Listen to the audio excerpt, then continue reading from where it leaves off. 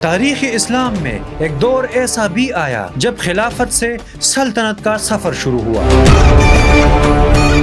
اور اس سفر کا پہلا مسافر تھے حضرت امیر معاویہ رضی اللہ عنہ۔ لیکن اب سوال یہ ہے کہ یہ تبدیلی کیسے آئی اور ایک گورنر خلیفہ کیسے بنا؟ ایسا کیا ہوا کہ امت مسلمہ کی سیاست کا رخ بدل گیا؟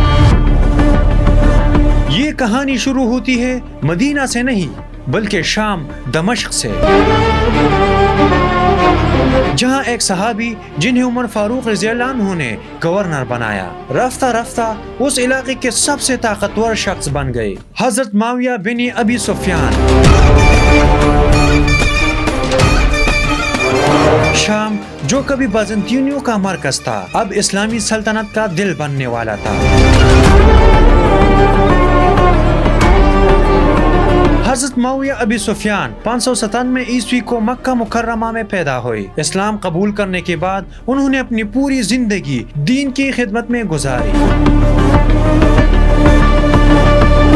خلافت عمر کے دور میں گورنر بنے اور خلافت عثمان کے دور میں شام کو مضبوط اور خوشحال بنایا۔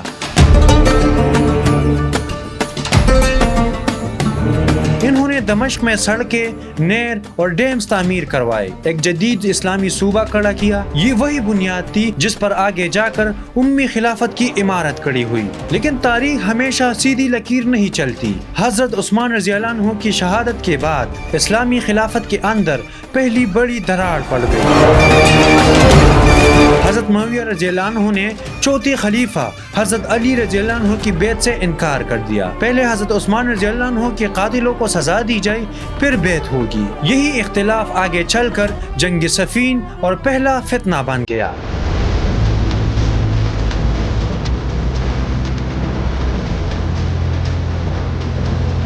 اسلام کی تاریخ کا پہلا بڑا سیاسی ٹکراؤ۔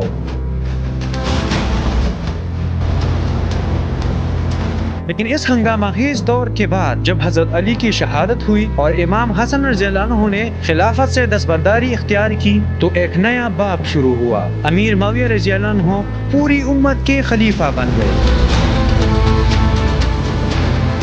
اب سلطنت مضبوط ہونے لگی۔ شمالی افریقہ سے لے کر خراسان تک اسلامی جھنڈے لہرا دیے گئے۔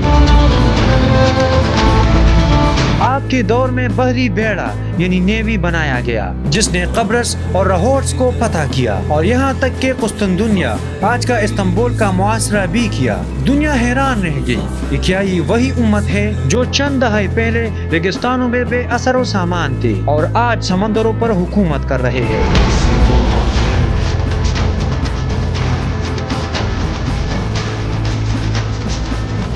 ایک ایسا فیصلہ جس نے خلافت کی بنیادیں ہلا دی۔ حضرت معاویہ رضی اللہ عنہ جس نے اپنے بیٹے یزید کو جانشین مقرر کیا، یوں خلافت مشاورت سے موروثی حکومت میں بدل گئی۔ یہ وہ دور تھا جہاں خلافت نظام سے ایک سلطنت میں بدل گئی۔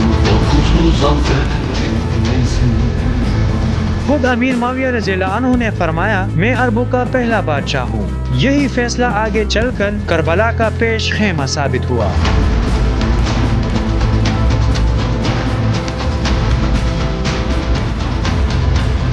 یزید کی خلافت اور امام حسین رضی اللہ عنہ کی شہادت اسلامی تاریخ کی ضمیر پر ایک گہری لکیر بن گئی۔ مگر یہ بھی ایک حقیقت ہے کہ حضرت معاویہ رضی اللہ عنہ نے نظم و نسق، سفارت اور فتوحات میں ایک مضبوط نظام قائم کیا۔ ان کا دور فتوحات کا تعمیر اور استحکام کا زمانہ تھا۔ انہوں نے ایک متحد سلطنت چھوڑی جسے بعد میں فتنوں نے کمزور کر دیا۔ یوں خلافت راشدہ کے بعد اسلامی دنیا ایک نئی دور میں داخل ہو گئی جسے خلافت بنی امیہ کہا جاتا ہے۔ ایک ایسا دور جس نے سلطنت کو عروج دیا لیکن روحانی وحدت کو چیلنج کیا۔ لا الہ الا اللہ۔ تاریخ کی اس نازک موڑ کو سمجھنے کے لیے اگلا قسط ضرور دیکھیے، جہاں ہم بات کریں گے یزید کے دور، کربلا اور امت مسلمہ پر اس کے اثرات کی۔